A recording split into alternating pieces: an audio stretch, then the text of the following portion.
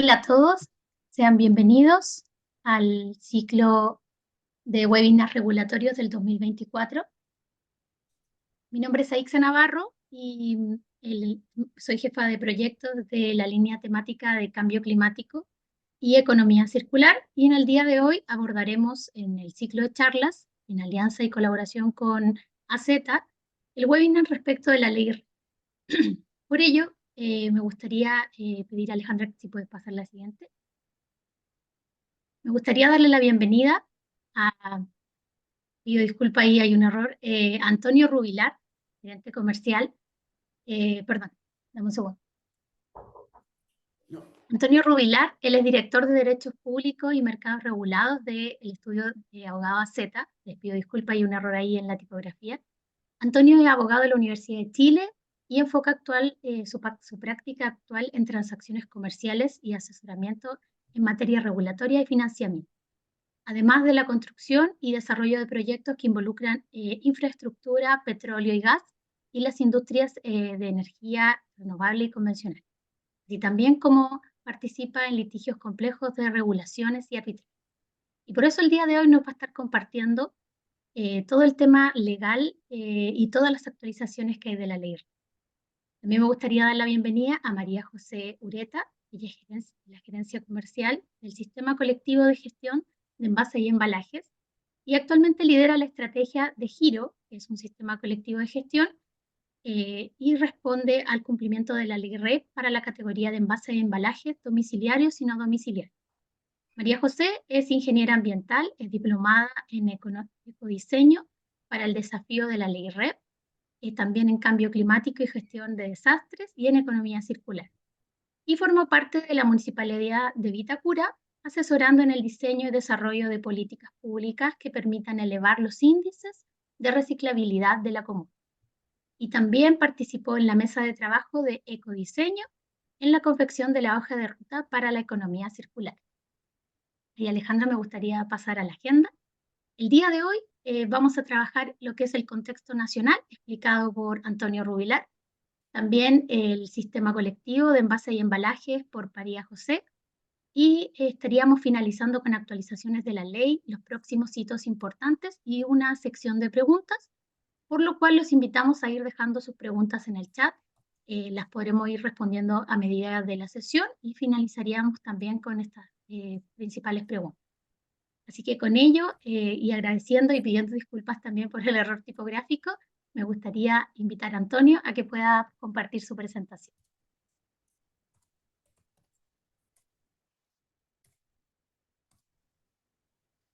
Muchas gracias, Aixa. Dame un segundo mientras comparto. ¿Se ve, cierto? Sí, se ve perfecto, Antonio. Ya. Bueno, ustedes saben, y yo creo que es algo que conversamos acá en la interna cuando estábamos haciendo o planificando, por así decirlo, el webinar, qué es lo que es la ley REP. Y creo que independiente de lo que uno finalmente pueda decir al respecto, lo cierto es que es un tema que se ha tratado harto, eh, y precisamente porque se ha tratado mucho, este webinar tiene la intención de ser un barniz, ¿cierto? O actualización de los temas que están como más contingentes y dar como algunos tips de cómo encarar el cumplimiento de esta ley, ¿cierto? Que obliga esencialmente a los productores de residuos, pero también obliga a los consumidores industriales, que es un aspecto que yo creo que es bien relevante porque es uno de los desarrollos que se produjeron en el último tiempo. Y por lo mismo es que en la primera parte de esta presentación lo que vamos a hacer esencialmente es hacer un barniz general de lo que es la ley REP, que yo sé que todo, que en general la gente lo maneja. Como decía Aixa, mi nombre es Antonio Rubilar, yo soy director del área de Derecho Público y Mercados Regulados de AZ. En nos toca lidiar con muchos clientes, ¿cierto? Y con la confusión que se produce en las empresas a partir de esta ley, eh, qué es lo que implica, ¿cierto? ¿Qué se entiende por productor? ¿Qué se entiende por residuo prioritario? Eh, Todas esas preguntas salen de manera bastante habitual, ¿cierto? En las empresas porque finalmente la ley REP representa un cambio de paradigma respecto de cómo tanto las empresas, pero no solo las empresas, sino que distintos actores públicos, como puede ser municipalidades, gobierno, etcétera, tienen que encarar eh, esta nueva dimensión, ¿cierto?, de cómo enganchamos el reciclaje, pero no solo el reciclaje, sino que fomentamos la economía circular. Entonces, la ley REP, tres claves, ¿cierto?, en qué consiste. Una es la ley 20.020, que se publicó el 1 de junio del 2016. Su objetivo es disminuir la generación de residuos y fomentar la reutilización y el reciclaje de los mismos con el fin de proteger la salud de las personas y el medio ambiente. Esencialmente eso es. Y como tal, la ley REP es un instrumento de política pública. Lo que está haciendo es que está estructurando un sistema de fomento y de obligaciones pensado desde que es un modelo esencialmente europeo y americano, estadounidense, ¿cierto? Que es a partir del análisis económico del derecho, establecer instrumentos económicos, de carácter económicos, incentivos para que las empresas aborden eh, sus residuos de una manera eficiente. ¿Cuáles son los residuos considerados? Esto yo me imagino que ustedes lo saben bastante bien y probablemente mejor que yo. Son seis: los aceites lubricantes, aparatos eléctricos y electrónicos, baterías, envases, embalajes, pilas y neumáticos. Y hay un séptimo que son los papeles, qué sé yo, porque si bien no son residuos prioritarios, sin embargo igual están contemplados en la ley. ¿Y cuáles son las obligaciones que fluyen para los productores de dichos residuos? Esencialmente, el registro en un catastro público em, de productores de residuos, organizar y financiar la recolección y tratamiento de los residuos a través de un sistema de gestión.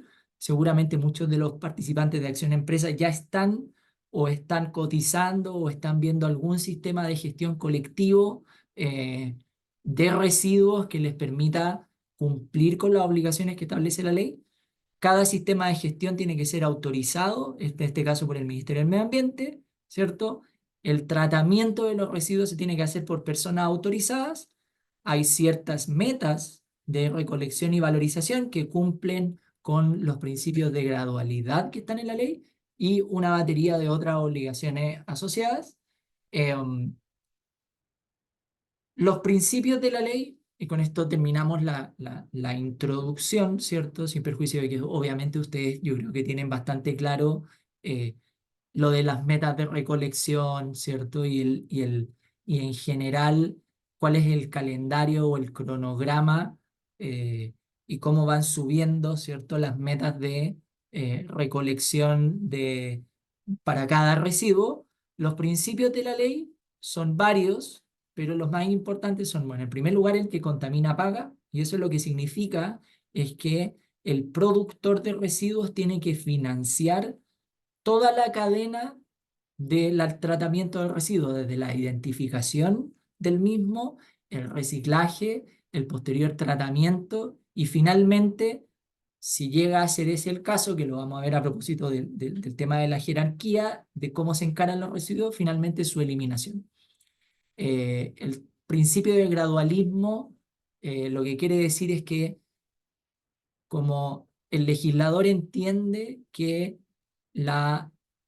el cambio que propone la ley REP es un cambio cultural primero y bastante estructural en cómo las empresas y las personas, que también de alguna manera tienen un rol muy importante que jugar en esto, eh, tienen que abordar las obligaciones de esta ley. Es que se establece el gradualismo, es decir, es una ley con una aplicación pausada en el tiempo, que va en ascenso y que tiene metas que yo creo que todos ustedes saben, metas graduales que en muchos casos han generado bastante polémica en la industria por ser metas excesivamente ambiciosas en algunos casos, o metas que, si bien es cierto, se plantea el gradualismo, pero se plantea sin que exista, por ejemplo, claridad o mucha claridad en lo que dice en relación con la forma de implementar la ley, etcétera. Principio precautorio y libre competencia, que eso lo que dice relación es que, como en los sistemas de gestión colectivo, lo que se promueve es que muchas empresas se pongan de acuerdo entre sí para la gestión de sus residuos. Pueden pasar dos cosas en materia de libre competencia que son delicadas. La primera es que puede haber un trasvasije o compartir información comercial sensible entre competidores, por ejemplo, ¿cierto? Yo, a partir de los residuos, puedo sacar conclusiones bastante concretas sobre las tasas de venta de una empresa o cuestiones similares, y por lo tanto, de alguna manera, la libre competencia tenía que necesariamente ser parte de esta ley, porque se le está, comillas, esta ley es una excepción, o que establece más bien el marco en el cual competidores, aun cuando sean competidores que pueden terminar como que están expuestos, ¿cierto?, a riesgos de libre competencia, como la colusión, qué sé yo, puedan, sin embargo, bajo el marco de la ley, organizarse de cierta manera para, eh, para gestionar sus residuos. Y la otra dimensión de libre competencia es que estos sistemas de gestión de residuos tienden también a ser o a tener rápidamente poder monopólico. Y el poder monopólico de los sistemas de gestión es una cuestión que se ha dado a nivel mundial, y un poco la ley REP trató de abordar ese punto, de abordarlo de manera proactiva, ¿cierto? Estableciendo ciertos lineamientos en materia de libre competencia. Principio precautorio y preventivo, lo que dice en relación con eso es: precautorio, está igual que en la ley de base de medio ambiente, es prevenir a pesar de la incertidumbre, es decir, no porque exista incertidumbre yo no voy a tomar todas las medidas para prevenir. Eh, y preventivo, lo que quiere decir es que eh, la gestión de los residuos en general tiene como objeto el cuidado del medio ambiente, ¿cierto? Responsabilidad del generador de los residuos está vinculado con el que contamina paga, que es el generador del residuo, es el que de alguna manera tiene que cumplir con todas las obligaciones de la ley. Trazabilidad en el manejo, que lo va a ver la gente, María José, a continuación. Muy importante el tema del monitoring y del reporting y de todas las obligaciones que establece la ley. Y finalmente, la jerarquía en el manejo de los residuos, que lo que dice en relación esencialmente es que la ley promueve, dentro de esta lógica de economía circular, que los residuos, lo último que pase es que se eliminen. Antes de eso, que se prevenga su producción, en primer lugar, establecer ciertos mecanismos para la reutilización, es decir, los dos primeros: el primero es prevención, el segundo derechamente economía circular, ¿cierto? La reintroducción del residuo como un producto a la economía. En tercer lugar es reciclaje. El cuarto lugar es la valorización energética, que es lo que se conoce como el waste to power. Y finalmente su eliminación. Con eso termino, le doy pie a María José como introducción.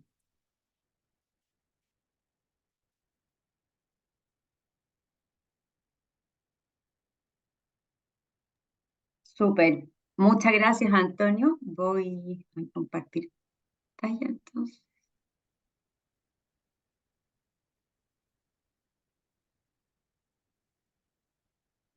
Ya. Bueno, muchísimas gracias, Antonio. Muchas gracias, Acción Empresa, por la invitación. Darles la bienvenida a todos y a todas. Mi nombre es María José, como ya me presentaron, soy gerente comercial, en este caso en Giro, que, como bien mencionaba Antonio, este es un sistema colectivo que es específico para lo que tiene que ver con envases y embalajes, ya que, como bien vieron, tenemos 6, ¿cierto?, productos prioritarios, pero en este caso nos vamos a ir bajando, ¿cierto?, al doble clic en lo que tiene que ver con envases y embalajes. Efectivamente, como mencionaba Antonio, nosotros tenemos una política REP que es súper ambiciosa. Yo le diría que a nivel Latinoamérica nosotros nos estamos asimilando más a los modelos europeos y estamos siendo súper ambiciosos con la propuesta. Y también lo bueno es que a nivel país tenemos bastantes actores para una puesta en marcha, es decir, tenemos la posición de que tenemos 3 sistemas de gestión, cada uno gestiona distintas categorías, pero eso es un muy buen escenario, sobre todo para las empresas y para poder impulsar también alternativas competitivas entre ellas. Así que eso también es súper bueno ponerlo como sobre la mesa. Ahora, es lo importante y donde nos vamos a detener acá en este caso es que, como bien mencionaba Antonio, el objetivo para lo que tiene que ver con envases y embalajes de la ley REP es evitar, ¿cierto?, y reducir el envío de envases y embalajes a relleno sanitario y aumentar las tasas de reciclaje post-consumo. Para efectos de eso, nosotros vamos a tener, ¿cierto?, al productor, que en este caso es donde más están las responsabilidades asociadas de esto, porque tiene la lógica, ¿cierto?, del que contamina paga, la lógica del que pone en el mercado, ¿cierto?, estos residuos finalmente, es quien tendrá que hacerse cargo de poder hacer la gestión y posterior valorización de esos envases. Ahora, en este caso, las obligaciones están asociadas, ¿cierto?, a declarar los envases que hasta la fecha se habían estado declarando en el REP-C, ¿cierto?, por ventanilla única. Las líneas bases, ¿cierto?, de todo lo puesto en el mercado el año anterior. Luego está financiar el reciclaje a través de adherirse a un sistema colectivo de gestión, o también se puede hacer un sistema colectivo individual, o sea, un sistema individual, lo cual no es muy costo eficiente, y por eso el modelo del sistema colectivo es, digamos, la alternativa más viable para poder llevar a cabo entre todos, ¿cierto?, y todas las metas de recolección y valorización. Y por otro lado, entra también, ¿cierto?, esta figura de consumidor industrial, que en definitiva tiene también el rol y la obligación de gestionar su patio trasero, es decir, gestionar la recolección y valorización de los residuos reciclables que se van generando en su patio trasero y declararlo también, ya sea al Ministerio del Medio Ambiente directamente, o celebrar un convenio con un sistema colectivo de gestión para que éste haga la declaración por el consumidor industrial, pero en el fondo esta es una obligación también que propone la ley. Entonces, en este sentido, nosotros lo que yo voy a aprovechar ahora es poder explicar y hacer un doble clic en esta nomenclatura, porque si bien hemos visto que las empresas en general ya están mucho más entendidas en la red, existe bastante dudas en relación a la diferencia entre lo que tiene que ver con el flujo no domiciliario y lo que tiene que ver con el consumidor industrial, y cómo funcionan estas figuras para poder dar cumplimiento a las metas con un sistema de monitoring. Y es ahí donde yo me voy a detener, ¿ya? Para que luego Antonio pueda continuar dándonos algunas actualizaciones al respecto de esto, ¿ya? Específicamente, y es súper importante entender que tenemos, ¿cierto?, los dos flujos, que es lo domiciliario y lo no domiciliario. Y en este caso, tenemos sistemas colectivos de gestión que trabajan para los dos flujos y sistemas colectivos de gestión que trabajan solo a un flujo. Nosotros en este caso en Giro trabajamos para el cumplimiento de metas tanto para el flujo domiciliario y para el no domiciliario, ¿ya? Estos flujos comprenden subcategorías distintas, es decir, el domiciliario comprende las 5 subcategorías, que es cartón para líquidos, papeles y cartones, metal, vidrio y plástico, pero el no domiciliario comprende solamente 3 subcategorías de materiales, que son el metal, papel y cartón y plástico, ¿ya? Existe otra definición que es importante entender para poder definir si es domiciliario o no domiciliario, y es en dónde se genera el residuo reciclable. Entonces, cuando nos ponemos en el escenario del consumidor, ¿cierto?, que podemos tener un producto prioritario que viene de una bebida o de lo mismo, cualquier producto que el consumidor consume, valga la redundancia. Si ese residuo reciclable se genera en el establecimiento, digamos, en el domicilio de una persona, entra dentro de un flujo de metas domiciliarias, ¿ya? Ese residuo, ¿cómo va a ser la función o el rol del sistema de gestión para poder salir a recolectar la meta de recolección y valorización de ese residuo que se generan digamos, en el domicilio de las personas, es que el sistema de gestión lo que va a hacer, ¿cierto?, es agrupar a todos los productores, reunir la inversión de todo lo que es proporcional a lo puesto en el mercado de esos productores, y va a tener que ir a financiar dentro del territorio nacional esa infraestructura para poder recolectar esos envases, ¿cierto?, ya sea a nivel domiciliario o en las bien conocidas IRAs, que son las infraestructuras de recepción y almacenamiento, que son los puntos limpios, digamos, y es habilitar, invertir en el territorio para poder tener puntos de recolección de esos envases, para luego licitar pretratamiento de los envases y su posterior venta para obtener la valorización, ¿cierto? Y ese es el mecanismo que tenemos para todo lo que es el flujo domiciliario. Ahora, ¿qué pasa cuando ese residuo reciclable no se genera en el domicilio de la persona, sino que volvemos acá al punto del consumidor y tenemos este criterio del consumidor industrial? Es decir, que ese residuo reciclable se genera en un establecimiento industrial. En ese caso, esa meta pasa ese residuo pasa al flujo no domiciliario, y el sistema para poder dar cumplimiento al flujo no domiciliario va a ser el monitoring, que es un sistema completamente distinto a lo que yo les acabo de explicar en relación al domiciliario, que significa celebrar convenio con un municipio, que significa invertir en infraestructura, ir a la casa de las personas, ¿cierto?, recolectar y valorizar, sino que en este caso el sistema de monitoring tiene un tratamiento diferente. Vamos a ir un poquito más profundo entonces. En la categoría no domiciliaria, como bien decíamos, teníamos estas tres subcategorías, ¿cierto? Metal, papel, cartón, plástico. También es cualquier envase secundario o terciario, es decir, lo que yo puedo enviar en mi producto a otro establecimiento industrial que comprende, digamos, unitariamente el envase primario, que sirve para transportar a otro lugar, o si hay envases primarios que tienen uso exclusivo de ámbito profesional o industrial, importados para uso profesional, u otros de listado detallado según las características del catálogo de envase y embalaje, que es un criterio un poquito más específico. Pero a grandes rasgos, estos son los criterios para entender qué entra dentro de la categoría no domiciliaria. Y, por otro lado, tenemos la definición de un establecimiento industrial, que es según la Ordenanza General de Urbanismo y Construcciones, que define que es todo establecimiento que genere residuos del producto prioritario de envase y embalaje, ¿ya? Y hasta aquí teníamos una definición bastante vaga, por así decirlo, hasta el momento, con esta ordenanza, de lo que se entendía como un establecimiento industrial y lo que se entendía por un consumidor industrial, ¿ya?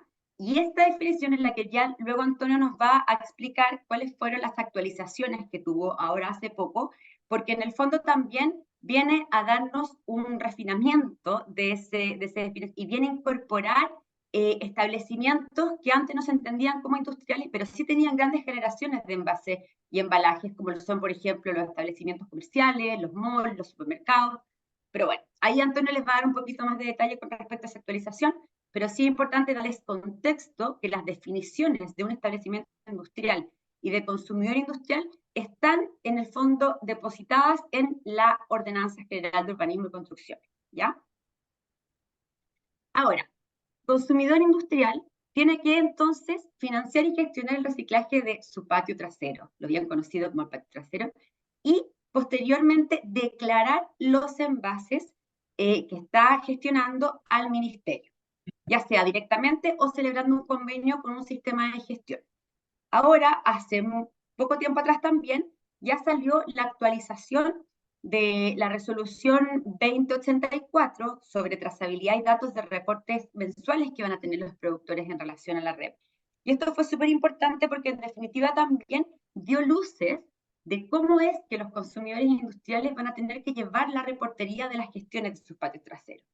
Y desde enero del próximo año, desde el 2025, va a haber habilitada una plataforma que todavía no se ha definido exactamente si va a ser en el REDSEM ventanilla única o si es que va a ser en el fondo directamente en alguna página, plataforma de la SMA, pero en el fondo desde ahí los consumidores industriales van a tener que llevar una declaración mensual de la gestión de este patio trasero que tiene que ser exhaustivamente con un gestor autorizado por el ministerio y con la factura y las trazabilidades, digamos, efectivas de la gestión de esos materiales, ¿ya?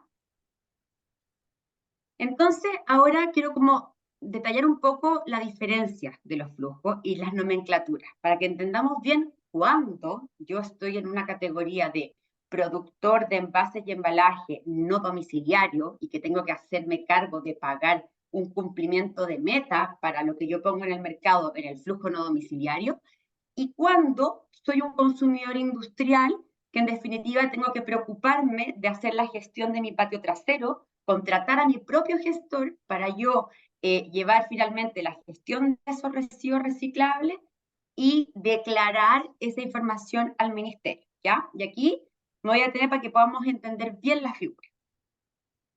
En este caso, supongamos que yo soy una empresa que vendo insumos para hacer pan, por ejemplo. Y acá soy el consumidor industrial que necesito comprar esos insumos, ¿ya? Entonces, este productor de envase y embalaje no domiciliario va a enviar determinada cantidad de productos para que este consumidor industrial que le compra haga pan, y todos los envases, digamos, secundarios, terciarios que vienen en este producto que estoy comprando, al consumidor industrial le van a quedar en su patio trasero, ¿ya?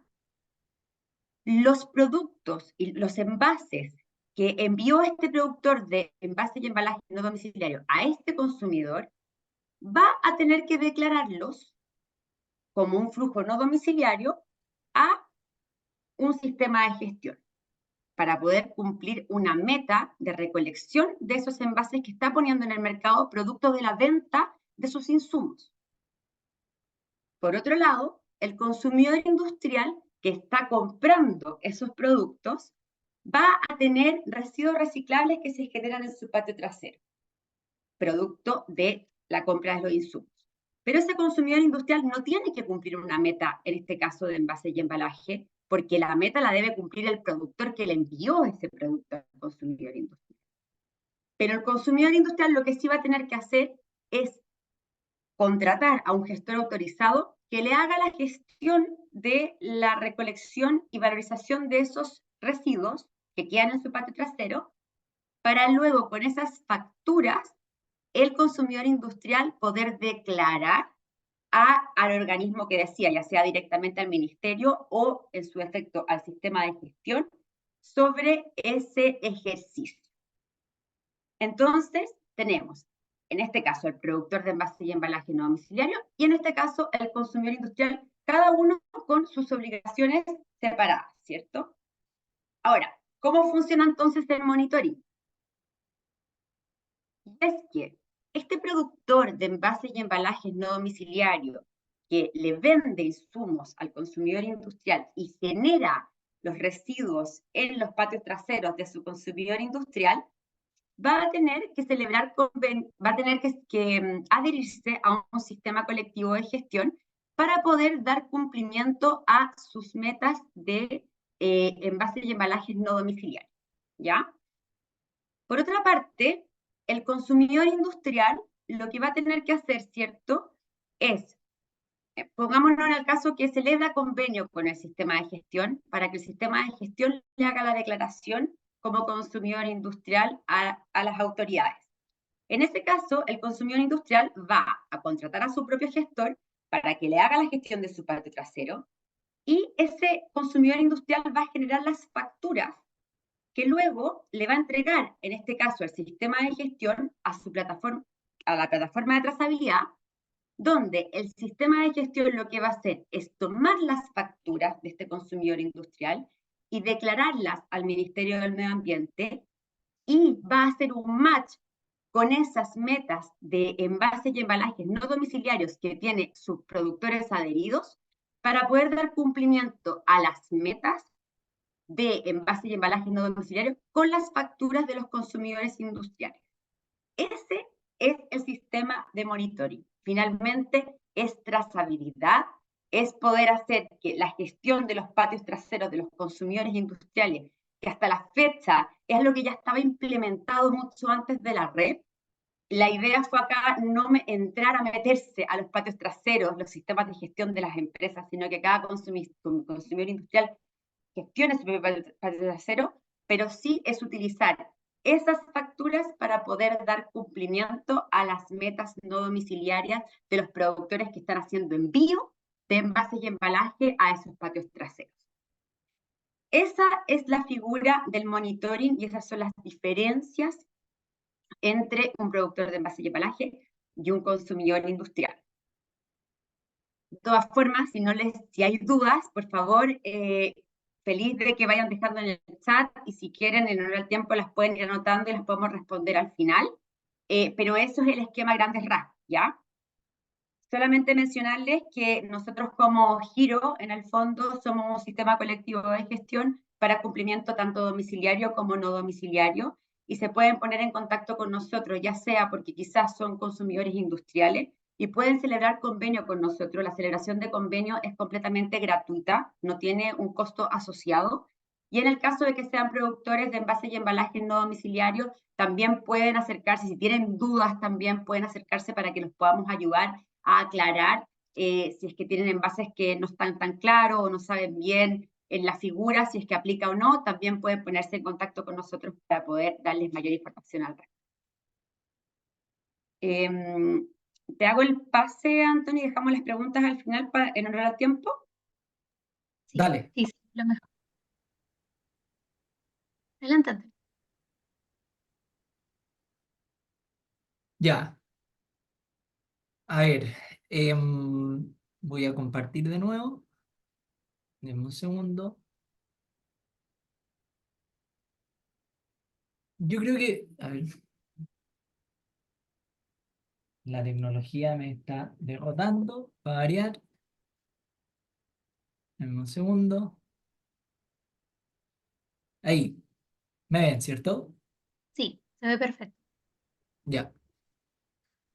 A ver, y toda esta discusión, ¿cierto?, sobre el consumidor industrial a propósito de el embalaje y el envase, ¿cierto?, como residuo prioritario, eh, es muy relevante porque, como bien explicaba María José, hay una cuota grande de incertidumbre, o había una cuota grande de incertidumbre respecto a qué, no a las obligaciones, ¿cierto?, propiamente tal, las obligaciones de reporting o las obligaciones que muy pedagógicamente María José nos acaba de explicar, ¿cierto?, de cómo se hace el diagrama y cuál es la diferencia entre el productor que introduce el residuo y el consumidor, que muchas veces, by the way, pueden coincidir.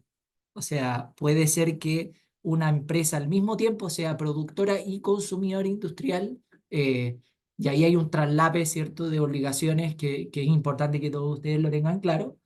Pero en general había una cierta incertidumbre sobre la categoría industrial, y los que son abogados de la audiencia van a saber perfecto que aquí hay un tema en general, llamémosle más bien como de poca claridad de la normativa urbanística aplicable a las distintas empresas. Yo nunca sé bien si soy equipamiento o comercio, si soy equipamiento, la categoría misma de equipamiento es rara, la categoría industrial también es rara, los conceptos de la ordenanza general y de la Ley General de Urbanismo y Construcciones son conceptos bastante, llamémosle, generales o globales o medio etéreos incluso, y por lo tanto, naturalmente, ¿cierto? Cuando uno está o uno es abogado in-house o uno es encargado regulatorio de una empresa y necesita entender si a una empresa le afecta o no le afecta algo, lo que quiere es certeza, lo que quiere es certidumbre, y por lo tanto, obviamente, acá había un vacío importante que es el vacío que se rellenó recientemente. María José algo lo había adelantado, ¿cierto? Hasta antes de esto teníamos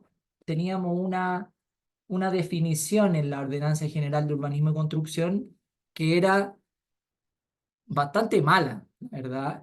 O mejor dicho, una remisión de la ley REP a la ordenanza, a la ordenanza en la que se decía que consumidor industrial era aquel, aquellos establecimientos industriales que generen residuos de envases y embalajes en sus instalaciones o patios traseros. Establecimiento industrial no necesariamente es una definición que exista en la Ordenanza General de Urbanismo y Construcción. Entonces, ¿cuál es la gran actualización que yo creo que es bien relevante discutir? Que es que el 16 de abril, es decir, hace una semana y un poco más, se publicó en el Diario Oficial una modificación a la ordenanza. Esa es una modificación bastante importante, no solo por la clarificación que se introduce que está ahí en la diapositiva, sino que también es una modificación interesante desde la perspectiva de que sigue la línea, por así decirlo, de la, llamémosle, clarificación permisológica o reducción de ciertos requisitos permisológicos para facilitarle la vida a la empresa en un contexto donde Chile necesita más inversiones y etcétera. Entonces, esta modificación, entre muchas otras cosas, exime de ciertos permisos de edificación a estos patios traseros que mencionaba María José, ¿cierto? Entre muchas otras modificaciones que yo creo que son bien relevantes y que dan para un webinar aparte, digamos. Pero qué es lo interesante a propósito de la modificación? A propósito de la modificación, se estableció una definición exclusiva para la ley REP, que si se fijan en el lenguaje es extensiva y que incluso se aparta de la noción de establecimiento industrial propiamente tal, para extenderla a ámbitos de la economía que normalmente no uno así de buena primera y de manera intuitiva no habría definido que eran industriales para estos efectos. Entonces, ¿qué es lo que dice? Dice, solo para efectos de la aplicación de la ley 20.920 se entenderá por establecimiento industrial todo tipo de edificio industrial y aquellas instalaciones de impacto similar al industrial, de acuerdo a lo dispuesto en el artículo 2.1.28. Ahí, en ese artículo, lo que se hace es que efectivamente se da una ejemplificación en donde se extiende como instalación similar a los grandes depósitos, a los talleres y a las bodegas industriales, ¿cierto? Y además lo amplía. Es decir, ya no solo estamos hablando de instalaciones similares a las industriales, sino que derechamente está diciendo que establecimiento industrial además van a ser todos los edificios de equipamiento de la clase comercio destinados a centros comerciales cerrados, grandes tiendas y supermercados.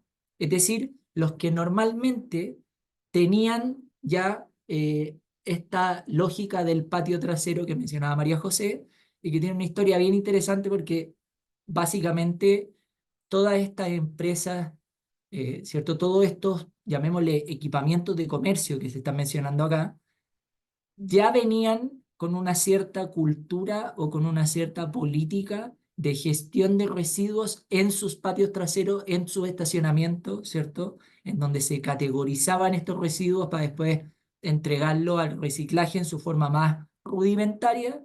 Esto finalmente es un súper buen ejemplo de cómo el comportamiento, llamémosle proactivo, de ciertas empresas termina cristalizado como una obligación para general, ¿cierto?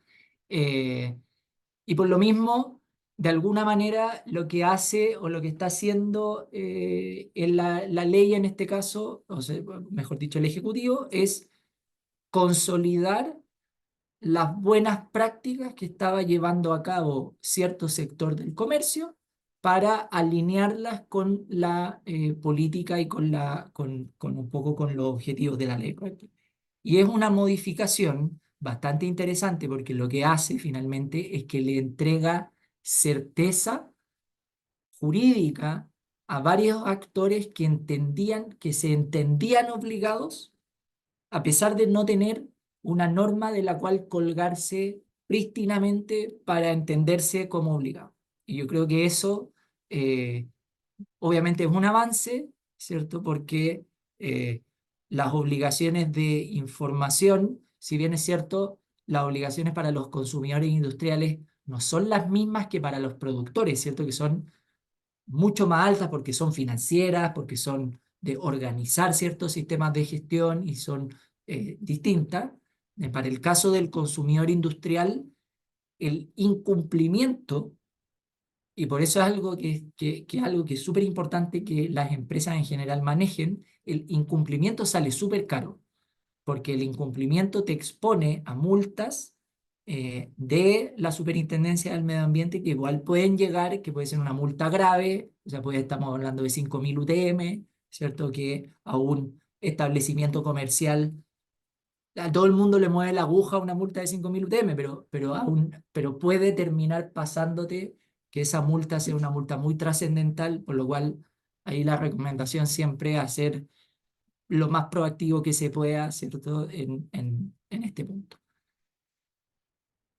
Como bien saben, todavía faltan muchas metas, todavía faltan muchos decretos, solo tenemos al día de hoy el decreto de envase y embalaje y el decreto de neumáticos. Faltan los decretos de los otros productos prioritarios que cada decreto va a tener su propia lógica, ¿cierto? Su propia categorización de residuos. Por ejemplo, en el caso, ¿cierto? Si nosotros nos vamos a los envases y embalajes, se divide metal, cartón, ¿cierto? Etcétera, etcétera, etcétera, plástico.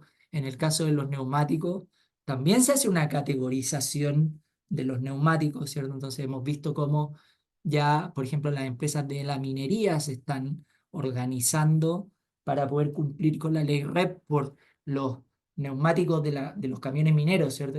Que son bastante grandes y con un potencial contaminante muy alto. Y por lo mismo, ahí al final, solo para terminar, ¿cierto? ¿Qué es lo que viene a futuro? Y lo que viene a futuro es esencialmente, yo creo que esto es súper opinología, ¿eh? Porque obviamente lo que viene a futuro es que hay un desarrollo bastante pendiente, llamémosle así, de normativas, reglamentos que todavía tienen que salir, decretos, ¿cierto?, sobre metas de residuos que también se tienen que producir. Entonces ahí hay una discusión y un diálogo con la sociedad civil que no para.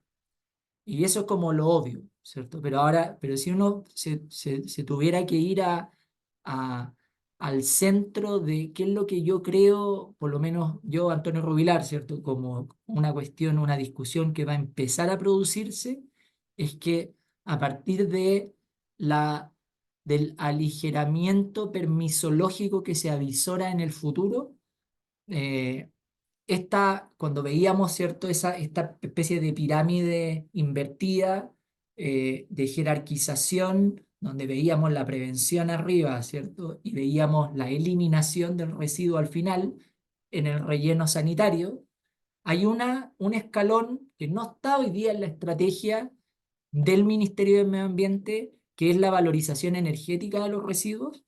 La valorización energética de los residuos es esencialmente, la tienen que haber escuchado, es transformar el residuo, ¿cierto?, en gas natural para volver a reutilizarlo. O sea, tiene una lógica circular, ¿cierto? O sea, yo utilizo el residuo para generar combustible o bien lo utilizo por su potencial calorífico, lo incinero y ese calor, ¿cierto?, lo meto en una turbina, caliento agua, con el agua hago girar un rotor y con ese rotor genero energía eléctrica. Esa lógica que está muy consolidada en Europa tiene bastantes desafíos tecnológicos porque la ley REP no se puede abstraer, ¿cierto?, de toda la discusión sobre cambio climático y sobre descarbonización. Entonces, muchas veces toda la lógica del waste to energy ha recibido críticas de parte de ciertos sectores de la sociedad, críticas legítimas en muchos casos, en relación a que es contaminante. Y es contaminante porque efectivamente era contaminante hace mucho tiempo, pero hay muchas tecnologías nuevas en el último tiempo que están produciendo que el waste to energy sea cada día más limpio. Y cuando sea cada día más limpio, como es cada día más limpio, y necesariamente, ¿cierto? Va a pasar que vamos a tener más inversión como consecuencia de que ya no va a ser tan pesado, ¿cierto? Permisológicamente hacer un proyecto de inversión en Chile, esa es como la esperanza. eh, lo que debiera empezar a pasar es el waste to energy. ¿Y por qué? Porque incluso y esto uno cuando lee prensa, ¿cierto? Se da cuenta que todos los indicadores más o menos relevantes sobre tasas de cuánto logro reciclar, porque hay residuos orgánicos, porque hay residuos tóxicos, cuánto es lo que tengo que finalmente eliminar y cuánto puedo reutilizar, las tasas no son tan buenas. Históricamente, esas tasas en los mejores de los casos, ¿cierto? Cuando ya el residuo llega a la entidad de gestión, lo que se puede reciclar será un 50, será un 40, será un 60, pero no está ni cerca de ser un 90 o un 100%. Y por lo tanto, si nosotros pensamos en el REP, ¿cierto? Y en el reciclaje y en el fundamento de esta ley, que es evitar seguir con esta lógica de relleno sanitario ad eternum, ¿cierto? Eh, lo que va a tener que pasar, y seguramente va a ocurrir, es que el waste to energy, que hoy día no es parte de la estrategia del ministerio, en algún minuto va a tomar fuerza como una alternativa bastante lógica. Esa por lo menos es mi opinión. Y obviamente, ya ahí les puse una noticia de País Circular, ¿cierto? Con una planta que está en la región de los lagos. Hay varios proyectos grandes que están en evaluación ambiental. eh, y el caso crítico llamémosle, de Santiago, de la región metropolitana, es que hay un volumen de toneladas, de millones de toneladas al año de basura que igual se va a seguir yendo a relleno sanitario. Y yo creo que por lo tanto esa discusión es muy relevante de una perspectiva de política pública, ¿cierto? Y una alternativa donde si hay voluntad se van a poder hacer esas inversiones. Para hacer esas inversiones, ¿cierto? Lo que se le tiene que dar es un marco para que las empresas puedan hacer esa inversión. Estamos hablando de inversiones muy grandes, 200 millones de dólares, 250 millones de dólares por una planta. Eh, y por lo tanto, en la medida que vayan saliendo todas estas clarificaciones, llamémosle regulatorias, por así decirlo, se va a ir generando las condiciones para que se produzca la certeza jurídica suficiente como para que actores del rubro del reciclaje puedan tomar esas decisiones. Y bueno, lo que les había dicho al principio, o sea, los próximos pasos también incluyen, por ejemplo, eh, la dictación, ¿cierto? Según un calendario de los decretos que vienen, de los productos prioritarios que vienen. Yo ahí les puse un ejemplo de gradualidad nomás en la presentación, ¿cierto? Que son las, cómo se va a ir comportando, ¿cierto? O cómo se van comportando en los decretos las metas a futuro. Estas cosas son esencialmente mutables, ¿cierto? Lo que le respondí ahí a, en el chat sobre la gradualidad de una discusión súper relevante, creo yo, porque al final del día la gradualidad se está definiendo por un Ministerio del Medio Ambiente, llamémosle comillas, ambientalista, ¿cierto? Y por lo tanto puede ser perfectamente posible que ese ministerio sea más ambicioso o que fije metas que estén como medio desconectadas de la realidad económica y de la realidad desde una mirada de factibilidad. eh, en la empresa, por eso es que es súper importante siempre participar, ¿cierto? En todo lo que son los procesos de consulta pública, precisamente para dejar establecido y que, que no quede, comillas, sin oír la posición de empresas que son en definitiva las afectadas con esta ley. Eso. Muchas gracias, Antonio. Habían dejado algunas preguntas, chat. Ahí te pido por favor bajar justamente la presentación para que podamos vernos. Pero María José y tú ya han respondido algunas. No sé si alguien más quiere hacer alguna pregunta a mano alzada, si es que les nace. Y ahí a la pregunta de Rodrigo, y solo para complementar a María José, la empresa que contrata al gestor de residuos debe tener conocimiento. Esa es una pregunta clásica en materia legal, ¿cierto? O sea, el due diligence. Pasa lo mismo, por ejemplo, con si yo tengo un residuo peligroso, hasta dónde llega, si yo lo subo al camión, ¿cierto? Me tengo que asegurar que el camión tiene autorización para el manejo del residuo peligroso, me tengo que asegurar que la empresa, ¿cierto?, que va a recibir el residuo peligroso lo pueda tratar efectivamente. Una pregunta muy, muy común. Yo creo que es una pregunta que intuitivamente, o sea, regulatoriamente hablando, legalmente hablando, en estricto rigor, tú te tienes que asegurar que tu gestor de residuos exista. Es decir, ¿qué significa que exista? Significa que cumpla, que esté inscrito, porque los gestores de residuos se tienen que inscribir en el Ministerio del Medio Ambiente, y por lo tanto tú deberías pedirle que te muestre que está inscrito y hasta ahí llega tu obligación. Y ese sería algo con lo que yo por lo menos viviría relativamente tranquilo. Ahora, dicho eso, eh, al final de cuentas hay un tema de due diligence. O sea, si yo soy preocupado, yo voy a hacer una buena investigación, probablemente en el contrato que firme me voy a asegurar de poner una cláusula que establezca que el gestor de residuos declara que tiene autorización para el destino final conforme lo establecido en la ley, que cumple con toda la ta, y con eso yo quedo semi protegido.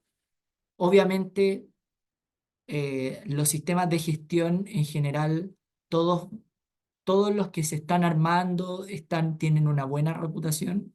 Yo creo que no me he topado por lo menos con empresas que me he topado con otros problemas, con problemas comerciales, ¿cierto? Problemas de tarifas, problemas de cuestiones que pueden ser como más delicadas de una perspectiva comercial o financiera, pero no con problemas técnicos relacionados, por ejemplo, con que la empresa de gestión después hizo mal la pega de la gestión misma.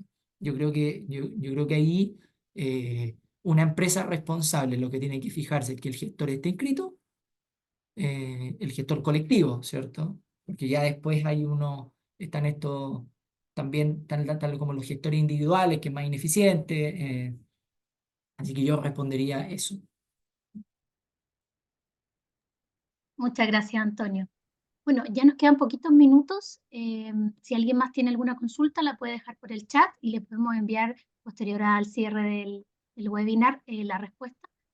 Y me queda solamente agradecer a Antonio Rubilar, director de Derecho Público y Mercados Regulados del Estudio de Abogados de ACETA, y a María José Ureta, gerente de la Gerencia Comercial de Giro, del Sistema Colectivo de Gestión de Envase y Embalaje.